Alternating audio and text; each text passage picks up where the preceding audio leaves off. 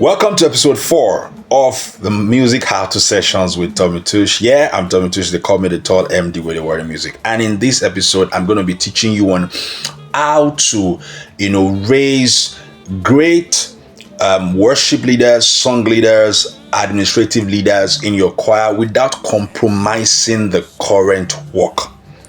Emphasis on that, without compromising the excellence of the current work. Now, this is something that a lot of music directors, choir directors battle with.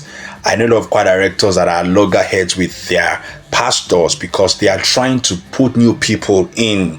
They are trying to raise new song leaders. They are trying to expose, a lot of new hands, new faces. But then, because those new ones are still learning the ropes, they keep crashing the service and messing things up. And so pastor doesn't have it. And it's like, you know what? I just use the people that I'm used to. And so there's problem in the choir because the people in the choir are thinking that the MD is biased. He doesn't want new people to do things. And the MD wants to use them. But the MD also is trying to how do I please my upline, right? So let's look into this. Now, let me start by making a very critical statement. This statement is very, very important. The main assignment, or let me say the most important assignment of a music team, of a choir, is to raise great people, is to raise what I call music giants, great music ministers, great artists. That's your most important assignment. Now, it's important I say this because many music teams are not doing this. Lots of music teams are just running in a way that will help them to have songs to sing for Sunday service, their anniversaries, their concerts, this and that, just the events. They are not focusing on the main assignment. And that's a real serious error. Many people don't understand that it's wrong if in your choir, after a while, you are not raising people. And I think, respectfully speaking, lots of pastors also are not seeing it this way. In fact, the way many churches run their music team, so far the choir is having things to do, people to sing for services, they are okay. In fact, there are people that actually get hungry when people are rising from their choir into artistry and they're becoming famous and don't have time for the regular weekly choir routines again. They feel like, oh, so you're not becoming big because you are singing at the experience, because you are backing up for so and so, because they are now inviting you everywhere. So they start seeing people like that as, they are getting too busy for the choir. They don't see it as a plus that someone can rise from this choir and their ministry is now being desired beyond the walls of the church. But you see, that's the main assignment. Okay, now there's an assignment the choir has to the local assembly, no doubt about it, to feed the local assembly with music in doctrine. We understand that. To lead worship, to create a worship culture in the church, that is fine. But then there's a bigger assignment that the choir has, and that is the fact that through the disciplines and through all the work that is being done in that system, people are being built. And when they are being built, their relevance now goes beyond that local assembly and then begins to move into the streets, move into other places. Other churches start seeing them.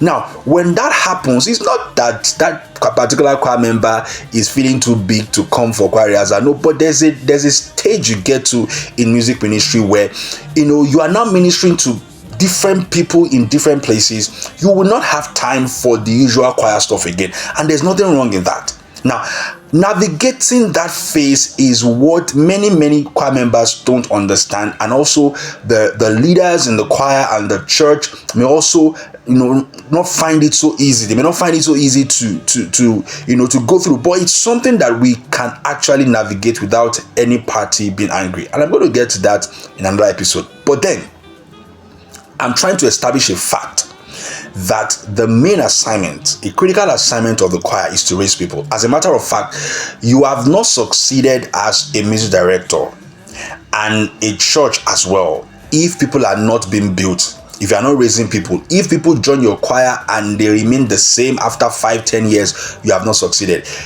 People, they may join your choir as a seed, but they should become a forest. Look at the fishermen that joined Jesus' army. They became great apostles. They must not remain the same. When people join your team, something must change about them. So it's a main assignment. Now, so when we understand this, I think that many of the things that and rightly speaking, that sometimes church pastors try to fight for, they wouldn't really fight. They wouldn't really fight in that dimension. Okay, there are times where the reason why I've actually heard I've heard reports where you hear some pastors says that they know that when this person becomes big now, he will not regard the church again. They've had some bitter experiences where some people were small, they joined the choir, and then they suddenly grew, and then they just kind of just forgot about where they're coming from. Now, I may not know the full story, but I know that is not good. But also, three things can be right at the same time. You can raise people to the point where they are being a blessing beyond your church. You're not doing something wrong. What we now need to teach them is how to also give back. And while they are also trying to give back, you should also understand that you have to, you must loosen the rope that you tied them with, because it won't be the same again. So let's now go down to the basic. How do you now raise people? Let me first of all start with music directors. One of the things you must understand is that service time is not the time to try unproven hands. Many times, the reason why our pastors are angry with us is because we are trying to test people that we have not proven with Sunday service. Now, that's not how to do it. That's not how to do it. Okay? Now, I know some people will say, okay, but if we don't sing during service, how are they going to test us? Everybody needs, no, it's true. You see, it's only in church music that we try to use unproven hands to do major things. Imagine you want to travel on a long trip, even within your city, or you are taking a flight, and they bring someone and say, well, you know what, this person, we are not really sure if you can really fly this plane. In fact, he just started attending the school, aviation school. He just started learning how to drive, and but we're not sure. But you know what? Just believe in him. Are you going to enter that car? Are you going to enter that plane? Imagine there's someone in the hospital, and they need to carry out a procedure on that person, and they bring someone and say, you know what, we're not really so sure. This person is learning how to perform the surgery, but just believe in him. If you believe in him, he will succeed at it. Will you submit the body of your family member for that kind of a procedure? No, you won't. But you see, we do that same thing in church. The people that we have not yet tested, you want to use the real service to test them. So, what every MD needs to do, and every choir member listen to me, you need to understand this. Your growth is personal to you. Listen to this carefully. It is not the job of your MD to train you. I know some of you will get angry at what I just said right now, but that's the truth. Yes, what the MD is doing will train you, will stretch you, will improve you, will build your capacity. But the job of a music director is different from the job of a trainer. You can be angry at what I'm saying, but that's the truth. Your growth must be personal to you. You must know how to develop yourself, right? Because when it comes to music, it is what you have in your inside that we are going to deploy. You can't expect your MD to be training you on everything.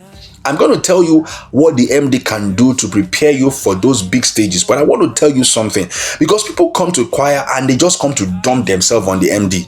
That whatever I sing is my MD's fault. So you don't do any personal rehearsal, you don't practice on your own, you don't listen to music, you don't work out, you don't do anything. You just come for rehearsal and then you just say, well, if I can sing, it's the MD. If I can't sing, it's the MD. No, that's not how it works. You are the one God called to music. It's not your MD. It's your ministry, it's your voice. So what are you doing personally to grow yourself? Right? Because if you grow personally, then you come into that team, then we're going to say, okay, you can do this, then go ahead and do it. Now, what the MD now needs to do is to create what I call service simulations, all right, where it can now try you. So what I used to do when I started this, because I had this challenge as well, where I was MD and people were angry in the choir that I was not giving them opportunities to lead, but they didn't understand that I've tried them and I saw that they could not do it, and my pastor had demands, and my pastor would tell you can't be using.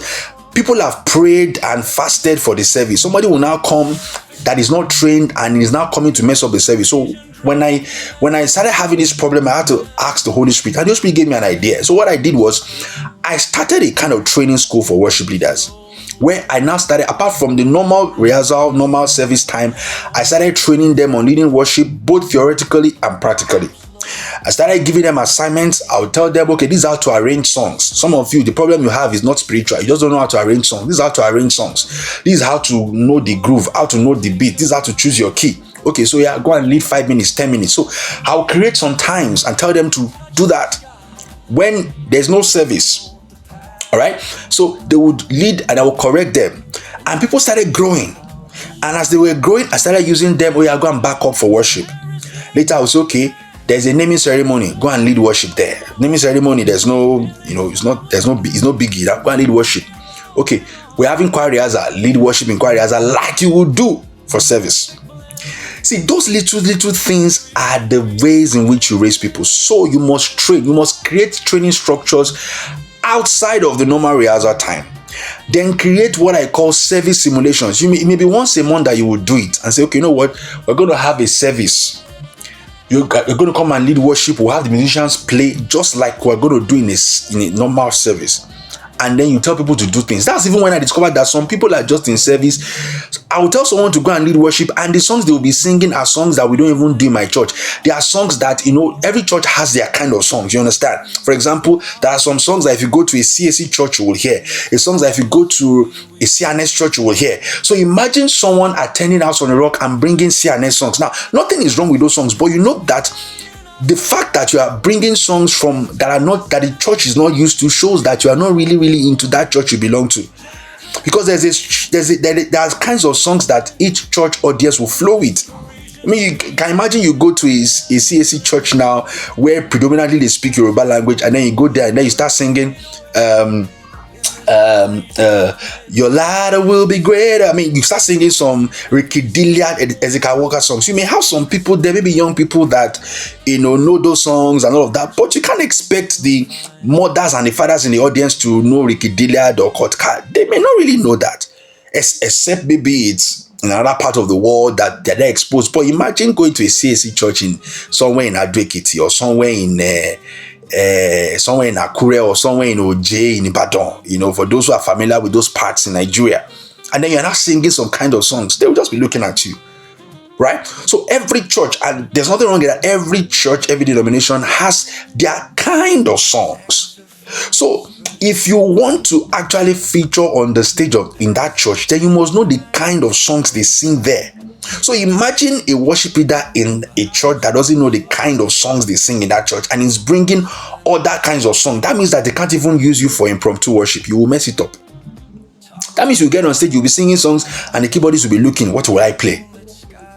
So that is one thing you can do as the music director to actually help people to grow. I've said what the choir members will do. Personally, take your growth serious. If your MD is not giving you work, give yourself work. Come and report yourself. Say, MD, I scored this song today. Come and listen to me sing it. Some of you don't do that. You just wait. The MD has a lot of work he's doing. He has service to prepare for. He has so many things he's doing. So you're waiting for the MD. Now, so the MD is not pushing me. Oh, okay. You keep on waiting. Don't kickstart yourself and be waiting for somebody to push you. I know this is tough, but I'm telling you the truth. Give yourself assignments. Come and report yourself. MD, I scored this song. This is the song I want to do this week. See, there is no MD. I'm telling you the truth. There's no MD that will not appreciate that. That MD will squeeze out time for you. Okay, so that's how to grow yourself when it comes to, singing. Now, when you do that, you assure your MD that you are working. Now, that MD cannot begin to try you. Now, let me now tell you one other thing that you can do. All right. Now, remember what I said, that by the time you start doing all of those things by yourself, the MD now knows that this person is putting in extra work. Now, the MD will start trying you in things. Now, let me tell you one secret. MD, if you want to try your members to do new stuff, don't put them alone. So imagine there's Kenneth and then there's Michael. Now, Kenneth is the star worship leader and star song leader in your choir. Everybody in church loves Kenneth. Kenneth is good and they also love him. The moment Kenneth gets on stage to sing, even without knowing what he wants to sing, there's an expectation. People are like, wow, it's going to be amazing today. Now, Michael, on the other hand, is growing. Michael is putting in the work. MD, you are the only one that knows that Michael is putting in the work. Nobody else knows. The time you try to use Michael to lead worship on stage or to lead a song, because they didn't know him and they were not sure, they just had this code attitude. And people are like that. Because they are not sure what this person can do, they will have this cold attitude towards them. So they are looking like, okay, who is this person?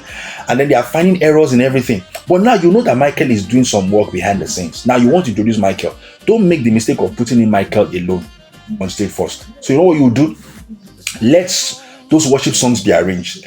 Let Kenneth be the main person. So Kenneth is now leading worship. But in your rehearsal, you have planned that by the time it gets to the middle, when the session is on a high tempo, you introduce Michael.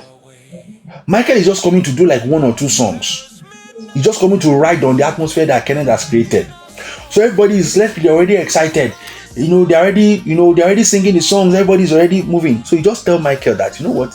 Michael, just go and collect the mic from Kenneth. Just do 2 songs. Those 2 songs you give Michael to do. Maybe a song like this kind God, another one, no deal. You know that song that even if you are not good, there's some songs that people just like naturally, even if you are not anointed. If you raise that song, everybody will just get excited. So what you are doing by that is that, number one, you are taking the pressure off Michael. You are allowing Michael to ride on the atmosphere already built by Kenneth. So people will finish that service and they will say, wow, Michael is very good. Or they will not remember that Michael did a song that was not really, really technical. And number 2, Michael rode on the atmosphere already created by Kenneth. But you know what you notice by that? Number 1, what you did is that you have given Michael some level of confidence. Because many times the people that you are trying to introduce, the great people you are trying to raise in your choir, their issue is that they don't have confidence. Because maybe they have to start leading the worship from the beginning, and so to now start building up that atmosphere. People are not used to them, so that's a lot of work and pressure. So it looks like they are messing up, but they're not actually messing up. So you have put someone else to start to build up that atmosphere, to build up that heat, and then Michael just comes in to ride on it. So it builds his confidence, right? And so the people also are getting used to that person's face. So imagine you do that 1 time, 2 times. After a while, you discover that people are getting used to that person. His confidence is building. And then you start making them to now do major stuff. That's how you do it. That's how you do it. And understand this, MD, that someone can lead a special song does not mean they can lead worship. I've made that mistake before, so I always say, don't make that mistake. Not everybody is a worship leader. Some people are just good. Give them any special song, they will kill it. But worship is a totally different thing. So also identify the strength of your people. No matter what it tells, someone will tell you, I want to lead worship, I'm worship leader. You are the MD. You should have the inner eyes to see exactly.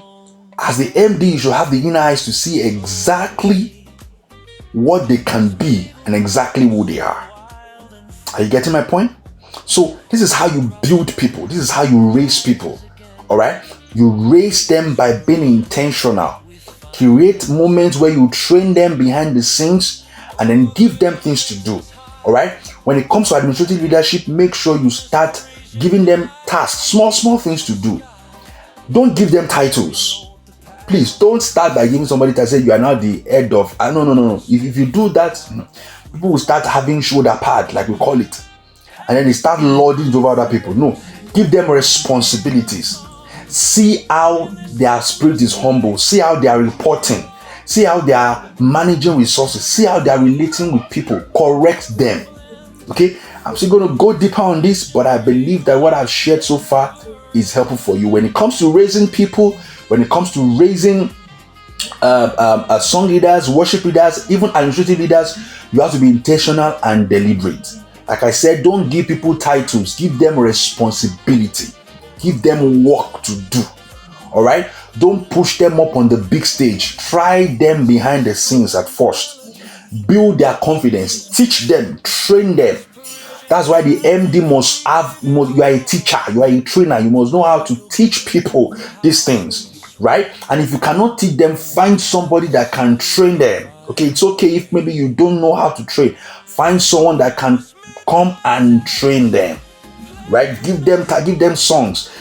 You as a choir member, don't wait for your MD to now train you. I'm telling you that you are also your own personal trainer. So find work for yourself. Find someone that you can report to and say, you know what, this is what I've done this week. How did I perform? Let them grade you. By the time you start doing that, trust me, this is a spiritual law. I'm going to round off with this. Your preparation in the secret place is like a fragrance that rises up. People will perceive it. You don't have to tell people that you are working behind the scene. Something will just happen. They will just perceive it that this person is doing something behind the scene. They will start bringing opportunities your way. Now, if you want me to coach you personally or train you or mentor you concerning what I've just shared right now, please reach out to me for a personal session. All right, reach out to me. We're gonna go through that journey together. Please send this to your choir members. MD, listen to this over and over again. Send it to all your fellow MDs. I wish you all the best. God bless you. Until the next episode. Bye for now. Saxophone whispers in the night. Paris lights, they shine so bright. A medieval groove, a house beats flow in this time.